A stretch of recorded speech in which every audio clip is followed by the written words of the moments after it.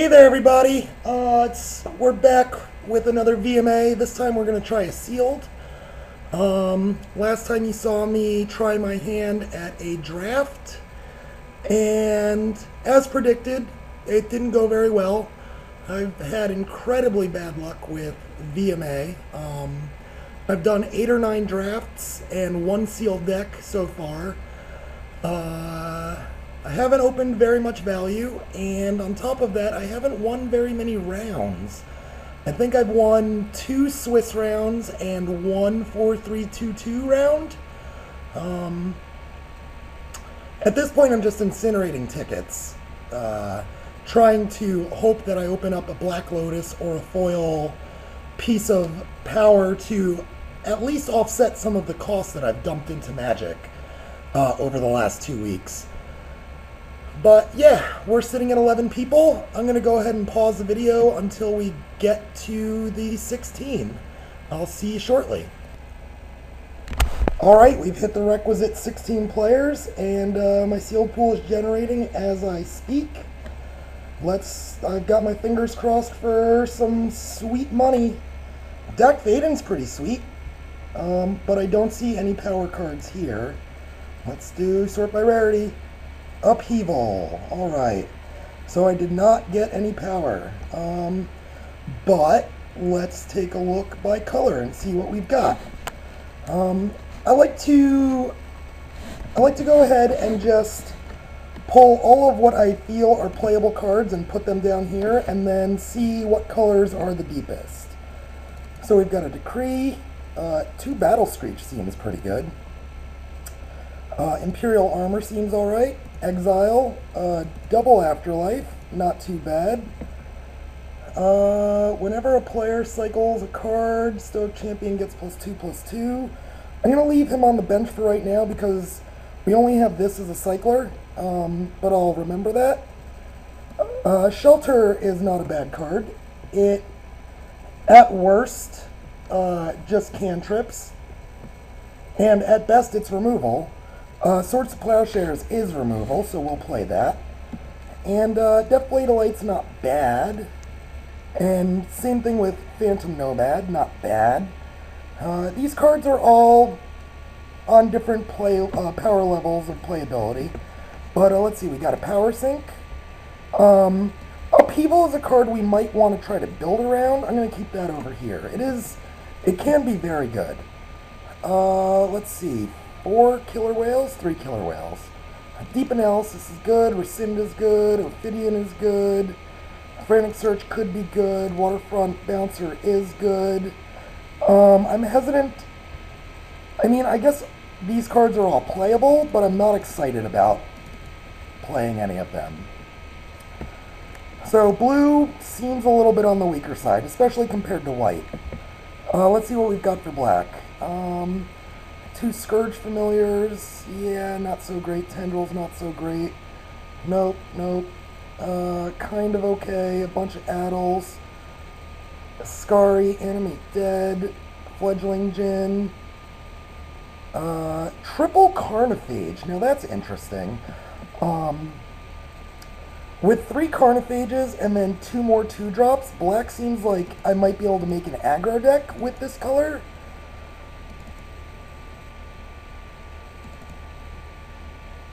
And then a Reanimate and an Animate Dead both seem alright. There's an Expunge. The color is a little shallow, though. Having all these 1s and 2-drops are great, but if it's not my main color, I risk the chance of, not getting out there on turn 1 because I'm only playing 6 Swamps. But let's take a look at red. We've got a Chain Lightning, Skirk Prospector for curve consideration, same thing with Skirk Drill Sergeant. Hulking Goblin as well. Giant Strength is not a bad card. Goblin Matron. That can get us a Goblin Commando. I guess I should play this Noble Templar if I'm going to play white. It does cycle. There's a Goblin Command. And there's a Solar Blast. So red has a fair amount of cards, but mostly it's curve cards. There's nothing outrageous in here. For green, we've got a Croson Tusker, a Jungle Worm, a Grizzly Fate, Arrogant Worm, Sarpling Burst, Gaia's Embrace. Simian Grunts is playable. Nature's Lure is also playable. Dreampod Druid, Brindle Shroat, and Basking Rootwalla. And then for gold, we've got this guy who unfortunately looks like he may not make the cut. We've got a Reviving Vapors. That doesn't seem good at all. And Goblin Trenches seems pretty good. And then we've got a Chimeric Idol and an Ankh of Mishra. So I'm going to go ahead and see what white and green look like. Those seemed like my best colors. Let's go ahead and put these up here. Upheaval we're probably not going to play. And I'll go ahead and hide these two and the Ankh of Mishra. And let's see. Oh, there's a Keldorn Outpost, which is very good. So yeah, that makes me want to play white even more. So right here I have 24 cards, but there's only 10 creatures. Let's see how many creatures we actually have, though. Because we do have 3 creature token generators.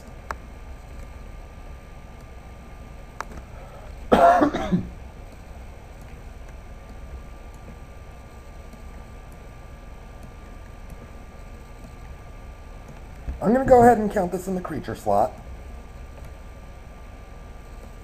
Oh, we have 4 creature generators. 5 creature generators. So it looks like we're a green-white tokens deck. And we have 24 cards. So we have 10 actual creatures. Granted, Deathblade of Light, not the greatest. However, it is very good with a Gaia's Embrace or an Imperial Armor on it. Chimeric Idol is a creature too. How many instants do we have? We have 1, 2, 3, 4, 5. So it looks like Chimeric Idol might be pretty good with what we've got. I think I might keep them there. Let's take a look again and see what our non-auto includes look like. There's a Renewed Faith, probably not going to make the main deck. Taros Faithful could make the main deck. It is a 1/4. It gains some life, which could be good. Don't know that we want to play it, though. And then there's a Brilliant Halo, which just can't die. Brilliant Halo is good with Deathblade Elite and Phantom Nomad. Especially good with Phantom Nomad, as well as the other enchantments that we have. Because once this guy has taken damage twice, he can't be killed by combat, which is nice. What do we got? I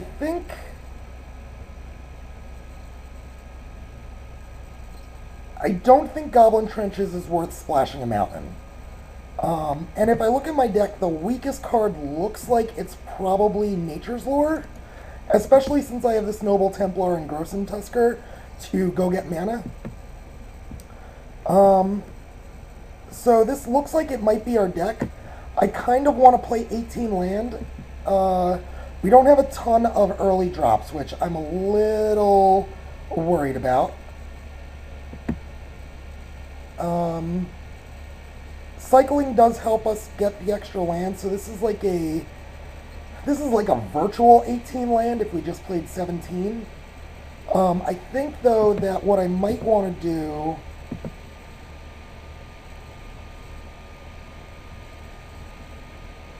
I might want to cut the shelter.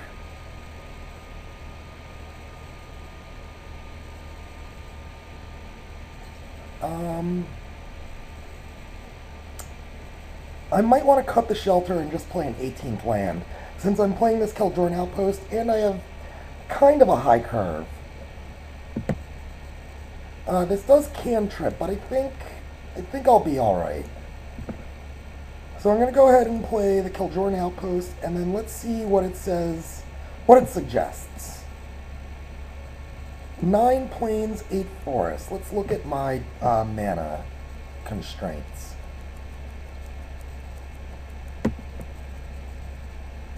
So we definitely want 2 green by turn 5. And you know what? Maybe I do want to play this Nature's Lore instead of the 18th land. Because this does count as a land, and then I've got, yeah, I'm going to do that. And then let's resuggest, and does it go? It goes 8/8. I've got the 1 extra planes here and here. I think I'm going to go 7 and 9 here. Our double green requirements are a little heavier than our double white requirements. But we do have the Nature's Lore, which fetches the second forest. And we have the Croson Tusker, which fetches the second forest. And then we need double white to play Battle Screech. And we need planes to throw away to Kuljoran Outpost. I do like the look of this. We've got some pretty decent ground defense. Dreampod Druid, not great, but if I can slap an Imperial Armor or a Gaia's Embrace on it, it should get very good really quick.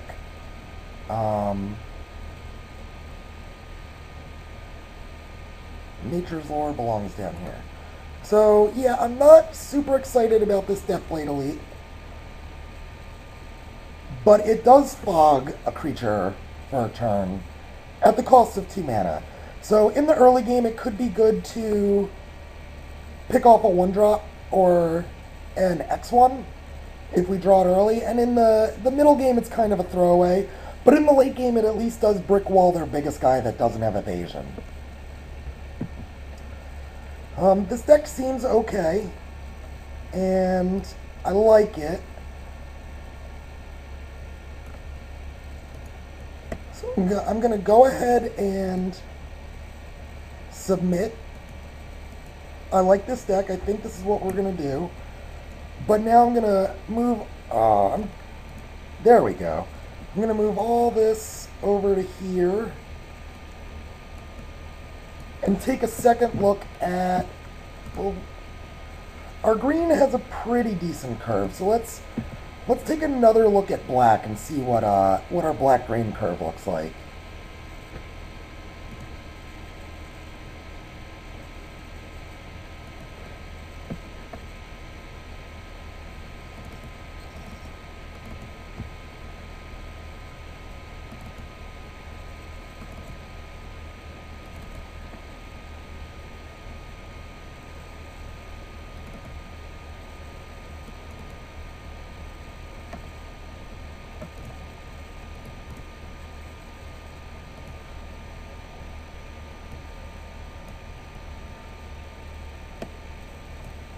So, at this point, we're a little short on playables.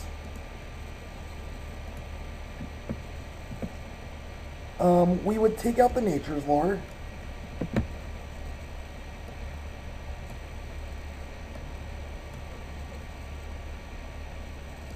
I think I want the Animate Dead in there.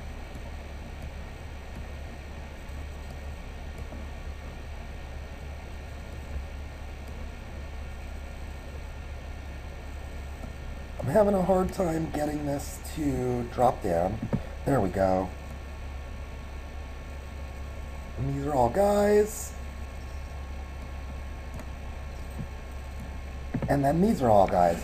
So we've got 13, 14, 15, 16 guys. But we need 3 slots. And our 4 is relatively empty. So what could we play? This seems 2 mana intensive and risky. This seems... it does have flying, so it's evasion. And it does help turn on our threshold for Grizzly Fate, but I don't know if that's what we want to do. I could play Croson Boreen, and I could play Armor of Thorns as a trick. So that gets us closer. But this deck is lacking in removal. So I think I might like the white-green deck better. What I may do is remember that my black curve is pretty good, and then go back to green. Green-black. If for some reason I feel like the white and green deck is underperforming. So let's take a look at red and see what kind of mana curve that has. I think we would play the Falter. And I think we would play the Goblin Matron to go ahead and get the Goblin Commando. Alright, so red does offer us the ability to cut some cards. And we've got 17 creatures. What does our removal look like?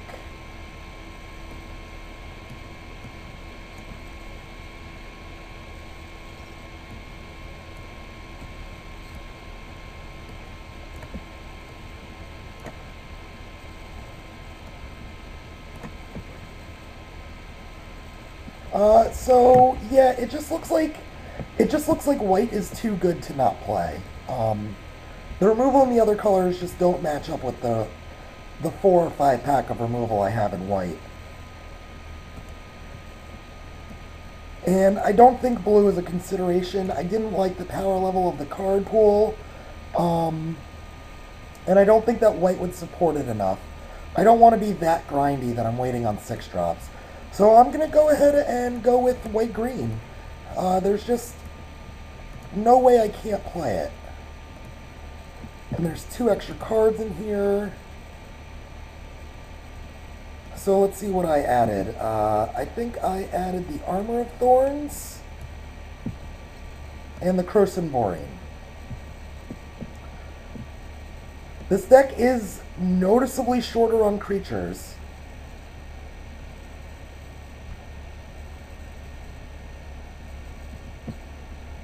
But the black and red creatures seem... The creatures seem like filler even though they're on curve. How much time do I have? 4 minutes? Let's take a look at what white and red have to offer.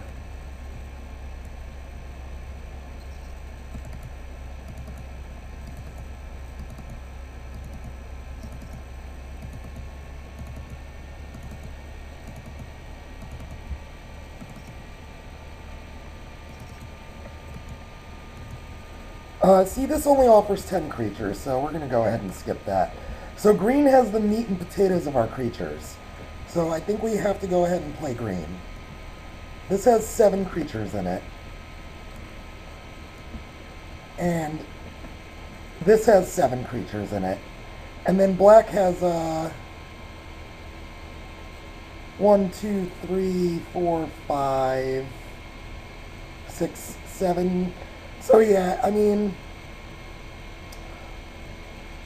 it looks like we could play any of the other colors for creatures, but the green spells just seem too good not to play. It's a little unfortunate that we don't have more actual creatures for white, and that we have to run something like Noble Templar, but that's what we're going to do, because this deck looks like it has the highest power level. So I'll see you for round 1.